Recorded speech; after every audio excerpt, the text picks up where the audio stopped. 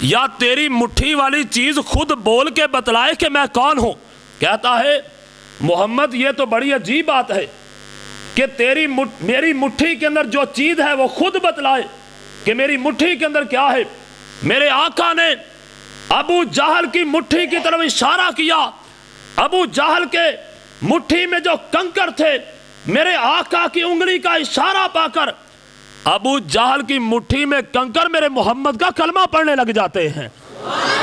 اور میرے آقا، ان کی عظمت اور شان کا عالم کیا تھا۔ اور سنو، رب کعبہ کی قسم ہے، میرا یہ عقیدہ ہے اگر ساری کائنات کے پیغمبر جمع ہو جائیں، اصحاب رسول جمع ہو جائیں، اولیاء اللہ جمع ہو جائیں، اتقیاء جمع ہو جائیں، اصفیاء جمع ہو جائیں، سب کا مقام نیچے ہے۔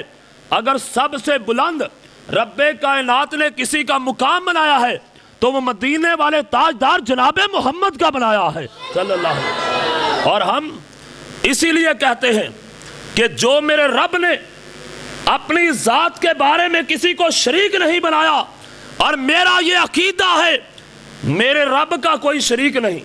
یار ذرا سارے اونچی بولو، میرے رب کا کوئی شریک نہیں۔ پھر بولو، میرے رب کا کوئی شریک نہیں ہے۔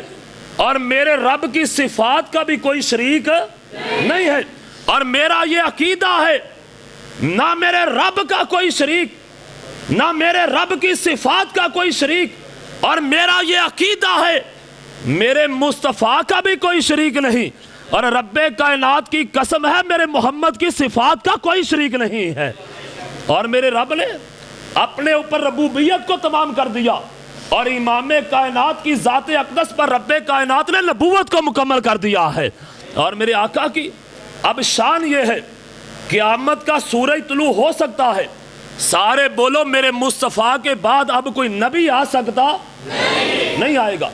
ایتا ہمیں کنجر خانہ مرزا غلام احمد قادیانی نے شروع کیتا سی نا، اینو تا غلام احمد کہنا ہی نہیں چاہیے۔ مرزا لعین نے کہا کہ میں رب کا آخری نبی ہوں، تے بیچارے دی حالت کی ہے، اکھوں بھی بیچارہ کانا، اکھوں بھی بیچارہ کانا۔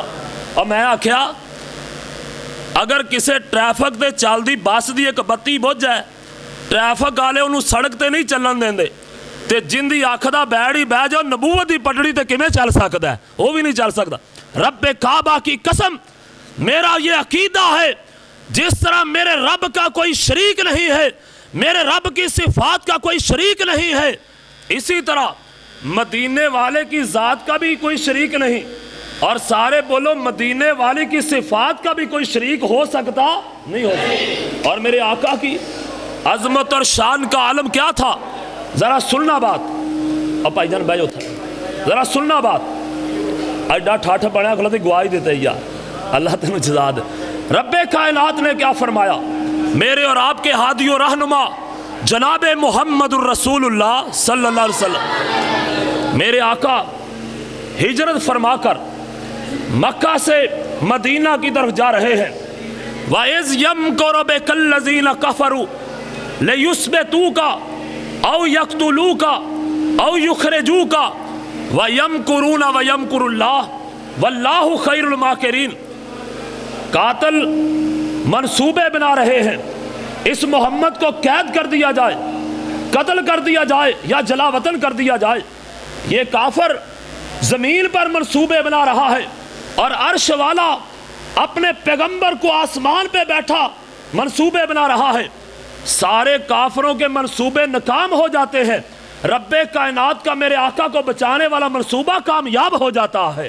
اللہ نے میرے آقا جا رہے ہیں، ہائے اللہ، میرے آقا حضرت ابو بکر صدیق کو ساتھ لے کر غار ثور میں پہنچے۔ یار ذرا سارے اونچی بولو، کہاں پر پہنچے؟ غار ثور۔ غار ثور میں میرے آقا نے حضرت ابو بکر صدیق کی گود میں اپنا سر مبارک رکھا، اور میرے آقا سو جاتے ہیں۔ نیچے سے سوراخ جس پر ایڑی رکھی ہوئی، جناب صدیق اکبر کے پاؤں پر ایک موذی نے ڈنگ مارا، اور آپ نے حرکت نہ کی۔ حضرت ابو بکر صدیق رضی اللہ تعالی عنہ کی آنکھوں سے آنسو کا قطرہ گرا۔ اور آنسو کا قطرہ اگر گرتا ہے تو دو جہانوں کے امام کے چہرے پر گرتا ہے. ہائے اللہ، چہرے پر گرا. میرے آقا یکبارگی کے عالم میں بیدار ہو جاتے ہیں اور پوچھا صدیق تجھے کیا ہوا ہے؟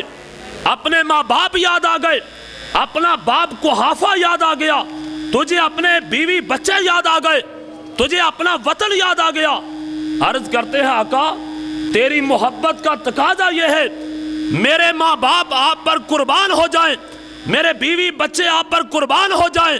اے محمد آپ میرے آقا اور مولا ہیں، اگر آپ پر حضرت ابو بکر صدیق کی جان بھی قربان ہو جائے، جان قربان کرنا گوارا ہے لیکن محمد کا دامن چھوڑنا گوارا نہیں ہے.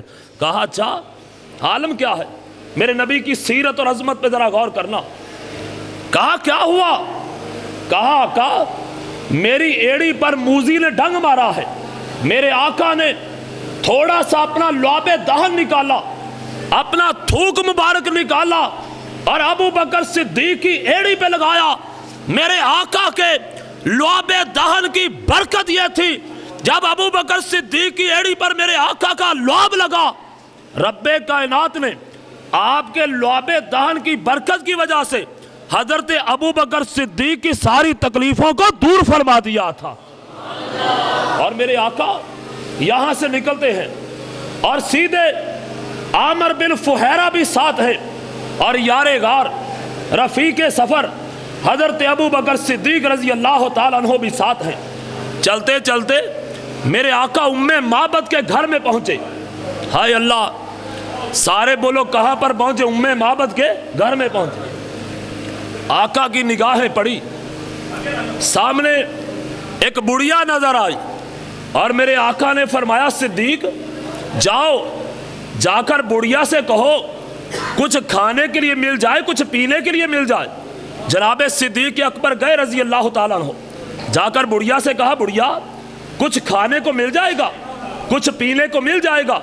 اس نے کہا میں قربان چلی جاؤں، میں نے اتنی زندگی کا عرصہ گزار دیا، جتنے پیارے چہرے تمہارے لگ رہے ہیں میری آنکھوں نے اس سے پیارا چہرہ تو زندگی میں دیکھا ہی نہیں ہے. آنکھوں نے دیکھا ہی نہیں، ہائے اللہ دیکھا ہی نہیں ہے.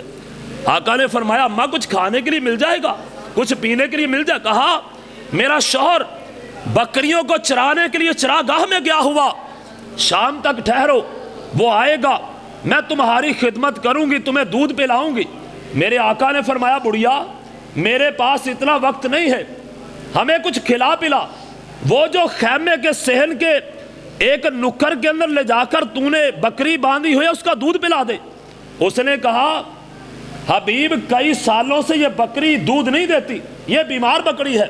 میرے آقا نے فرمایا اماں اس بکری کا دودھ نکالنے کے لیے اجازت دینا تیرا کام ہے اور اللہ کے حکم کے ساتھ اس کا دودھ حاصل کرنا میں محمد کا کام ہے. لا تو صحیح، اجازت تو دے ذرا. میرے آقا نے بسم اللہ پڑھا. یار ذرا سارے اونچی بولو کیا پڑھا؟ بسم اللہ. حافظ اعظم صاحب ذرا بات سننا ذرا، کیا پڑھا؟ بسم اللہ. کیا پڑھا؟ بسم اللہ. اور بکری کی کمر پہ ہاتھ لگایا. یہ کون سا ہاتھ ہے؟ جس ہاتھ کے تذکرے رب کائنات اپنے قرآن میں کرتا ہے وہ ہاتھ ہے.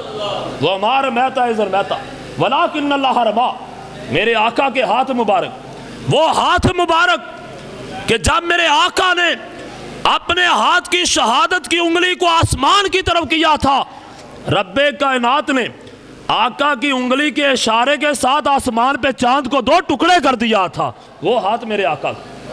میرے آقا نے بکری کی کمر پہ ہاتھ پھیرا، بسم اللہ پڑھ کے. بکری کے تھنوں میں اس طرح دودھ آ جاتا ہے جس طرح ساون کے مہینے میں بادل امڑ آتا ہے، اس طرح دودھ آیا. اور میرے آقا یہاں سے چلے گئے. آقا یہاں سے مسافر تھے، آگے چلے گئے. اور تاریخ والوں نے یہ بات لکھی ہے، آؤ میں ساتھ کے اندر اس بات کا پیغام دینا چاہتا ہوں اور نبی کی عظمت کو بیان کرنا چاہتا ہوں. میرے آقا کے چلے جانے کے بعد یہ بکری 18 سال زندہ رہی ہے اور 18 سال بکری مسلسل دودھ دیتی رہی ہے. میرے آقا کی عظمت شان کا کیا عالم تھا. میں تو کہتا ہوں میرے رب نے میرے پیغمبر کی ایک ایک ادا کو اپنے قرآن کی آیتیں بنا رکھا ہے. میرے آقا کی ہر ادا کو قرآن بنا دیا ہے. اور میں یہ کہوں گا میرے آقا خدا کی قسم ہے, میرے آقا زبان کو حرکت دیتے ہیں, رب کائنات اس کو قرآن بنا دیتا ہے. میرے آقا جب معراج کی رات اسواری پہ بیٹھے تھے, رب کائنات نے لفظ سبحان کہہ کر اس کو قرآن بنا دیا تھا. اور میں تو کہتا ہوں میرا پیغمبر جب سفر پہ جائے وہ رب کا قرآن بن جائے, میرا آقا نماز پڑھے رب کا قرآن بن جائے. اور میں یہ بات کہنا چاہتا ہوں میرا آقا زلفیں کھولے وہ رب کا قرآن بن جائے. میرا پیغمبر منہ سے بولتا ہے وہ بھی رب کا قرآن بن جاتا ہے. اور میں اپنے پیغمبر کی عظمت اور شان کو اس طرح سے بھی بیان کرنا چاہتا ہوں. میرے پاک پیغمبر سرور کائنات حضرت محمد صلی اللہ علیہ وآلہ وسلم آقا نا ایک دن بیٹھے ہوئے ہیں, ہائے اللہ, حضرت سلمان فارسی سب کہو رضی اللہ تعالیٰ عنہ آئے, کہتے ہیں میں ایک یہودی کا غلام تھا. کس کا غلام تھا؟ یہودی کا غلام تھا. میرے آقا مکہ سے ہجرت کر کے مدینہ پہنچ چکے ہیں. میں ایک دن ایک کھجور کے تنے پہ چڑھ کر کھجوریں اتار رہا تھا. میرا یہودی مالک آیا, مجھے کہتا ہے یار سلمان تو نے سنا نہیں ہے ایک مدینے کے اندر نبی آیا ہے, اس کا نام ہے محمد صلی اللہ علیہ وسلم. یار وہ پیارا ہی بڑا ہے, یار وہ پیارا ہی بڑا, وہ خوبصورت ہی بڑا. کہتے ہیں میں کانپ گیا خوشی کے ساتھ. میں نے یہودی سے سن رکھا تھا جو آخری نبی آئے گا اس کی 3 نشانیاں ہوں گی. سارے بولو کتنی نشانیاں ہوں گی؟ 3 نشانی. پہلی نشانی یہ ہوگی وہ سنگلاخ پہاڑی علاقے سے سرسبز علاقے کی طرف ہجرت کر کے آئے گا. اور اس کی دوسری نشانی یہ ہوگی وہ صدقہ نہیں کھائے گا, تحفے کو قبول کرے گا. اور اس آخری نبی کی تیسری نشانی یہ ہوگی اس کے 2 کندھوں کے درمیان رب کائنات نے مہر نبوت لگائی ہوگی. یہ 3 نشانیاں ہوں. کہتے ہیں میں نیچے اترا اور ایک دن میں نے تھوڑی سی کھجوریں پکڑی اور اللہ کے رسول کے پاس مقام قباء پہ لے کے گیا. اور میں نے کہا آقا میں یہ صدقے کی کھجوریں لے کے آیا ہوں. میرے آقا نے فرمایا صدیق غریب صحابہ کے اندر تقسیم کرنی شروع کر دو, صدقے کی کھجوریں میں محمد کھانا پسند نہیں کرتا ہوں. کہتا میں اگلے دن پھر آیا, تھوڑی سی کھجوریں پکڑی ہوئی اور آ کر رسول اللہ کے پاس میں بیٹھ گیا. اور میں نے کہا آقا یہ تھوڑی سی کھجوریں میں آپ کے لیے تحفہ لے کر آیا ہوں. جب تحفے کا ہدیے کا نام سنا میرے آقا نے کھجوریں کھانی شروع کر دی, صحابہ کو کھلانی شروع کر دی ہیں, کھا رہے. کہتے ہیں میں نے سوچا یہ نبی مکے سے مدینے آیا ہے. یار سارے بولو مکے سے مدینے آیا. مکہ پہاڑی علاقہ, سنگلاخ علاقہ, اور مدینہ زرخیز علاقہ ہے.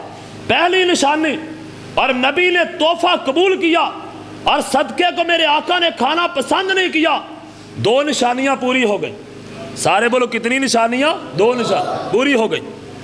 ایک دن میرے آقا زمین پر بیٹھے ہوئے, ہائے اس نبی کی سیرت میں قربان چلا جاؤں.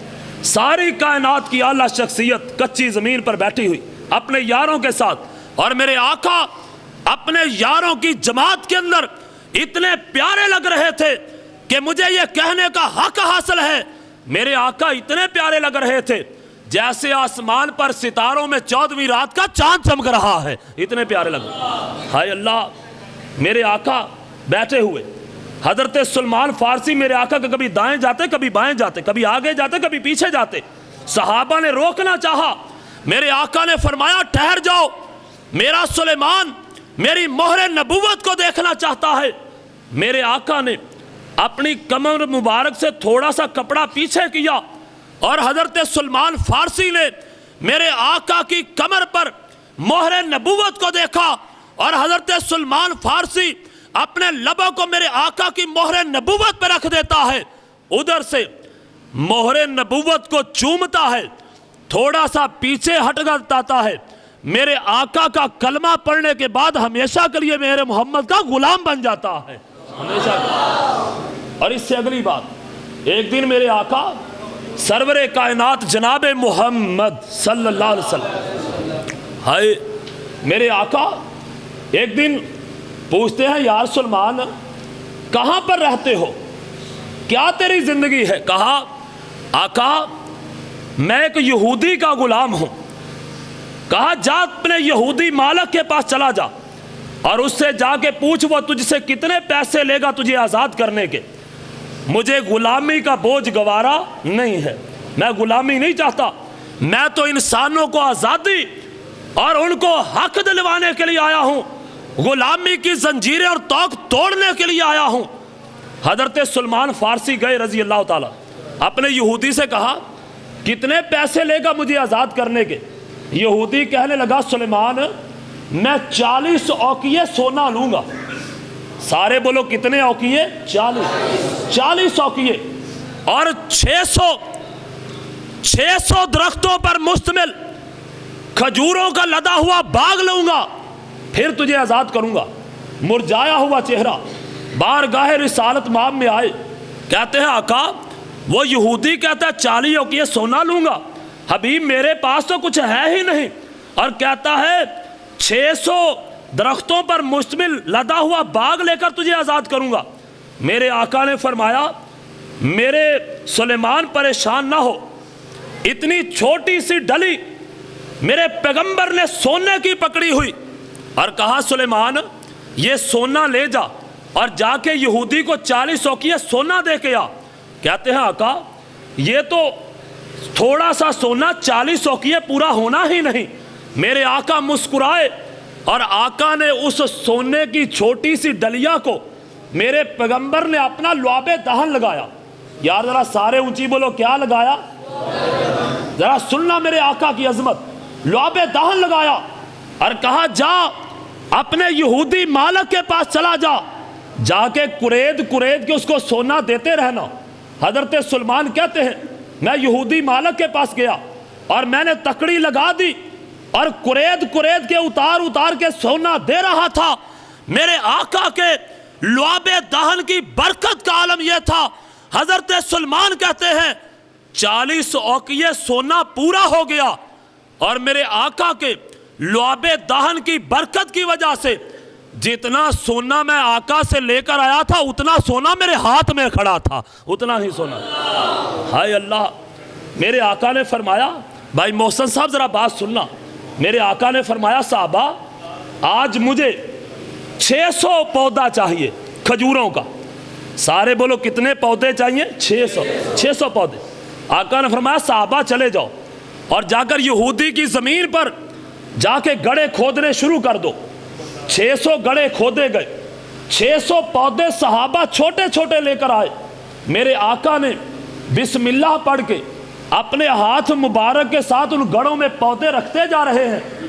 جب میرے آقا نے پودے رکھ لیے تو میرے حبیب نے اپنے رب کے سامنے اپنے ہاتھوں کو دعا کے لیے اٹھا لیا ہے، اللہ یہ پودے جلدی تیار کر دے۔ اور پھر تاریخ میں لکھا ہے میرے آقا کے ہاتھ مبارک کی اور دعا کی یہ برکت تھی، ابھی 6 مہینے نہیں گزرتے ہیں باغ کھجوروں کا پک کے تیار ہو جاتا ہے، اور درختوں پر مالک کائنات کی قدرت کے ساتھ کھجوروں کے گچھے لگ جاتے ہیں۔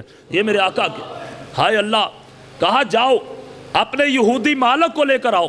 یہودی آیا، کہا تیرے 40 اوقیے سونا بھی پورا ہو گیا، تیرا 600 درختوں پر مشتمل باغ بھی پورا ہو گیا، تو گواہ بن جا، میں محمد کائنات کے اندر غلامی کے توق اتارنے کے لیے آیا ہوں۔ کہا میں نے اپنے صحابی کا کہنے کا حکم پورا کر دیا ہے، اے یہودی اب تو سلیمان کو آزاد کر دے تاکہ آزادی کے ساتھ میں محمد کا غلام بنتا رہے۔ سبحان اللہ۔ اور مسلمانوں، سیرت النبی کا جلسہ، میرے آقا نے اپنے پسندیدہ عمل اس لیے ترک کر دیے تھے تاکہ میری امت پر وہ اعمال بوجھ نہ بن جائیں، اتنے میرے آقا شفیق تھے، رؤوف الرحیم نبی۔ میرے آقا نے 3 دن نماز تراویح پڑھائی ہے، چوتھے دن میرے آقا نے جماعت کروائی نہیں ہے۔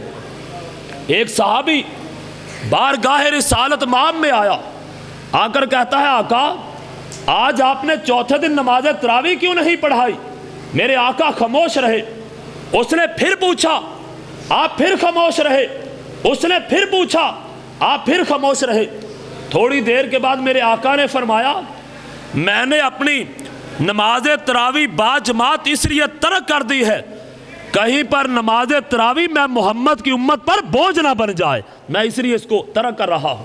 اور میرے آقا نے فرمایا صحیح نسائی باب الطہارہ کی روایت، میرے آقا فرماتے ہیں میں اگر اپنی امت پر بوجھ نہ سمجھتا تو میں ہر نماز سے پہلے حکم دے دیتا جب بھی وضو کیا کرو وضو سے پہلے مسواک کیا کرو، لیکن میں حکم اس وجہ سے نہیں دے رہا کہیں یہ عمل میری امت پر بوجھ نہ بن جائے۔ میرے آقا امت کے اتنے کریم بن کے آئے تھے، اور مجھے یاد آیا امام کائنات اور ساری کائنات کے تاجدار جناب محمد صلی اللہ علیہ وآلہ وسلم، ذرا آج کی باتوں کو ذرا توجہ سے سننا ذرا۔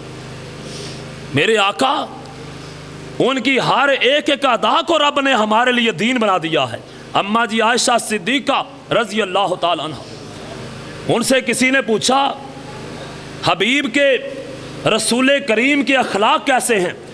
آپ نے جواب دیا کانا خلقہ القرآن، اے مجھ سے سوال کرنے والے، کانا خلقہ القرآن، قرآن کے الف لام میم سے لے کر والناس کی سین تک رب کائنات نے سارے قرآن کو میرے محمد کا اخلاق بنا دیا ہے، رب نے اخلاق بنایا۔ اور آؤ میں ایک محبت کی بات بھی ذرا کر جاؤں، حجرہ امی عائشہ صدیقہ ہے۔ ہائے مسلمانوں، آج میری ماں کو چوک چرستوں کے اندر کالے چہرے والا، کالے دل والا اور کالے لباس والا میری ماں عائشہ کو چوک چرستے میں گالی دیتا ہے اور ماں عائشہ کے اوپر تبرہ کرتا ہے۔ رب کعبہ کی قسم ہے جب تک ہم زندہ رہیں گے انشاءاللہ امہات المومنین کی انشاءاللہ سیرت کو بیان کرتے رہیں گے۔ پھر کہو انشاءاللہ، پھر کہو انشاءاللہ۔ اور ہم یہ سمجھتے ہیں کہ ماں جی عائشہ صدیقہ وہ ہے جن کی پاک دامنی پر رب کائنات نے سورہ نور کے اندر 18 آیتوں کو نازل کیا تھا، ماں عائشہ صدیقہ کی شان۔ میرے آقا، ہائے میرے نبی کا کیا انداز تھا، میرے آقا کی یہ سنت مبارکہ تھی، جب بھی آقا سفر پہ جاتے اپنی بیویوں کے درمیان قرعہ ڈالتے، جس بیوی کے نام قرعہ نکل آتا اس کو ہم سفر بنا لیتے تھے۔ ہائے اللہ، ٹائم تو نہیں ہو گیا؟ یہ تو ہو جائے 10 دن۔ قرعہ نکلا ماں عائشہ کے نام، سارے بولو کس کے نام لکھا؟ ماں عائشہ کے نام۔ ساتھ لے گئے، صحابہ سے کہا صحابہ تم آگے آگے چلو، میں اور میری بیوی پیچھے پیچھے آتے ہیں۔ جب صحابہ بہت آگے گزر گئے میرے آقا نے مسکرا کے کہا عائشہ ادھر، آج تو میرے ساتھ دوڑ لگا لے، میرے ساتھ دوڑ لگا لے۔ ماں عائشہ کے ساتھ دوڑ لگا لے۔ ماں عائشہ ذرا دبلے پتلے جسم کی تھی، میرے آقا نے جان بوجھ کے اپنی بیوی کا دل رکھنے کے لیے آپ تھوڑا سا پیچھے رہ گئے اور ماں عائشہ صدیقہ آگے گزر گئے اور مسکرا کے کہنے لگی آقا دیکھ لے آپ آج مجھ سے ہار گئے ہیں، آپ کی بیوی آپ سے جیت گئی ہے، میں جیت گئی ہوں۔ مسکرانے والا آقا مسکرایا۔ پھر ایک موقع آیا، میرے آقا نے فرمایا میری عائشہ آج ذرا دوڑ نہ لگائیں۔ ان کو پہلے والا زوم تھا کہ آج پھر جیت جاؤں گے۔ دوڑ لگائی، میرے آقا اماں عائشہ صدیقہ سے آگے گزر جاتے ہیں اور میرے آقا مسکرا کے کہنے لگے عائشہ تو گواہ بن جا، اس دن تو جیت گئی تھی، آج تو اس سے میں محمد جیت گیا ہوں، آج میں جیت گیا ہوں۔ میرے آقا کے انداز کتنے پیارے، ادائیں کتنی پیاری ہیں۔ میں کہتا ہوں ان کی ایک ایک ادا کو، ان کی ایک ایک بات کو مالک کائنات نے مکمل قرآن بنایا ہے اور محمد کا سچا فرمان بنایا ہے۔ اور آؤ میرے آقا کی سیرت طیبہ کا عالم کیا تھا، آقا کی عظمت کیا تھی۔ ایک دفعہ میرے پاک پیغمبر سرور کائنات جناب محمد صلی اللہ علیہ وآلہ وسلم